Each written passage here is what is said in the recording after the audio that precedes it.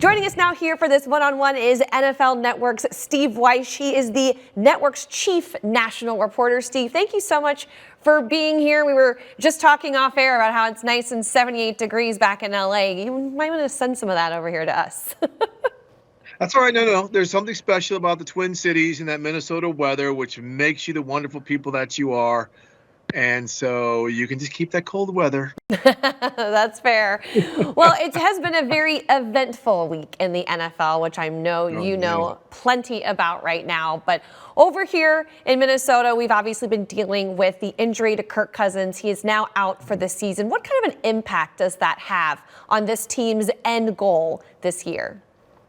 It's significant. I mean, Kirk Cousins is one of the best quarterbacks in the NFL.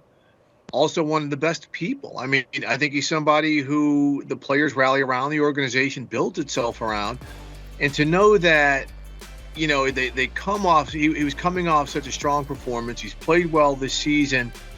And then he's out for a season, you know, out for the year because of an injury. It's significant. And so now, you know, Jaren Hall, the rookie, has to start while the Vikings are very much in the playoff hunt. We have to see what Jaren can do. It's going to change some things. Justin Jefferson is still on the mend. You know, you trade for Josh Dobbs, who's shown he's very capable, but this is more than a speed bump in terms of where the Vikings are headed. Now it's going to be up to everybody else to hold things down until those other quarterbacks get up to speed. That's very true, and Jaren Hall is getting his first start in the NFL. Kevin O'Connell said as much already this week in his press conference. What does he have to get done on Sunday for this to be considered a victory? Well, first off, I loved watching him at Brigham Young. I thought he was a dynamic player. He can really throw the ball. He's got a good arm. He's mobile. And the scheme they play, I mean, you know, it's opened up. Kalani Sitake, the head coach there, they do a lot of pro-style stuff. So he's going to see some things that are probably going to confuse him a little bit from time to time. But the key thing for young quarterbacks is just not turning the ball over.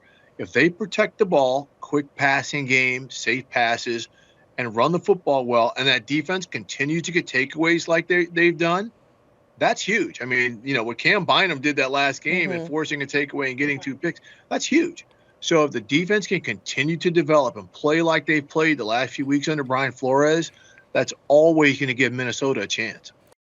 What were your impressions of the Vikings defense so far this season? It feels like it's a bit different than last year. Obviously, it is with the scheme and whatnot. But what have you thought of that group this year?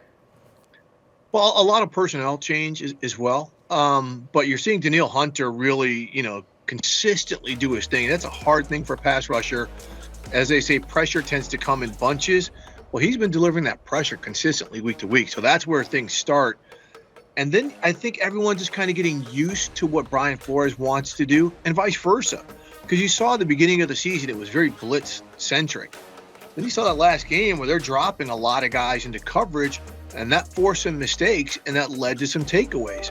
So I think they're kind of figuring one another out, and they're really hitting their stride at the right time. That's why this injury to Kirk, to me, was really a huge blow, because the other complement on the defensive side of the ball had matched up to what they were doing offensively. We'll see if this is a significant hiccup offensively, but defensively, again, I think, you know, Brian Flores has really got a good feel for what he wants to do. Most definitely, it feels like Danielle Hunter's playing some of the best ball of his career, already in double-digit sacks this year. But I did want to talk to you about some of the moves the Vikings made at the trade deadline. I think most notably the addition of Josh Dobbs in the quarterback room. What did you make of that latest addition? Well, I mean, they had to. They had to do something just because you just don't know. I mean, again, I told you I loved watching Jaren Hall at Brigham Young, but you just don't know what a rookie's going to get, especially once there's more and more tape on him. The games become more meaningful as the season gets closer to its end. So you get a veteran like Josh Dobbs.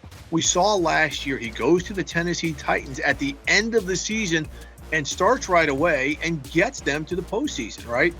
Then this year he gets traded to Arizona at the end of the preseason, steps right in and starts, right? We know he's the super high IQ rocket scientist, literally, so he can learn things quickly.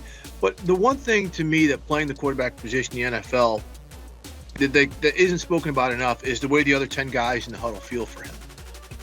he's been a guy who has shown over and over he can step right in and the guys have confidence in him. So, and part of that also is the locker room. And the Vikings know they have a culture where they can absorb a new person in that position, the most important position in the field, and feel comfortable playing with him. And that is huge. So I think at some point, Josh will be the starter. And I think at some point, everyone's going to feel pretty good about it.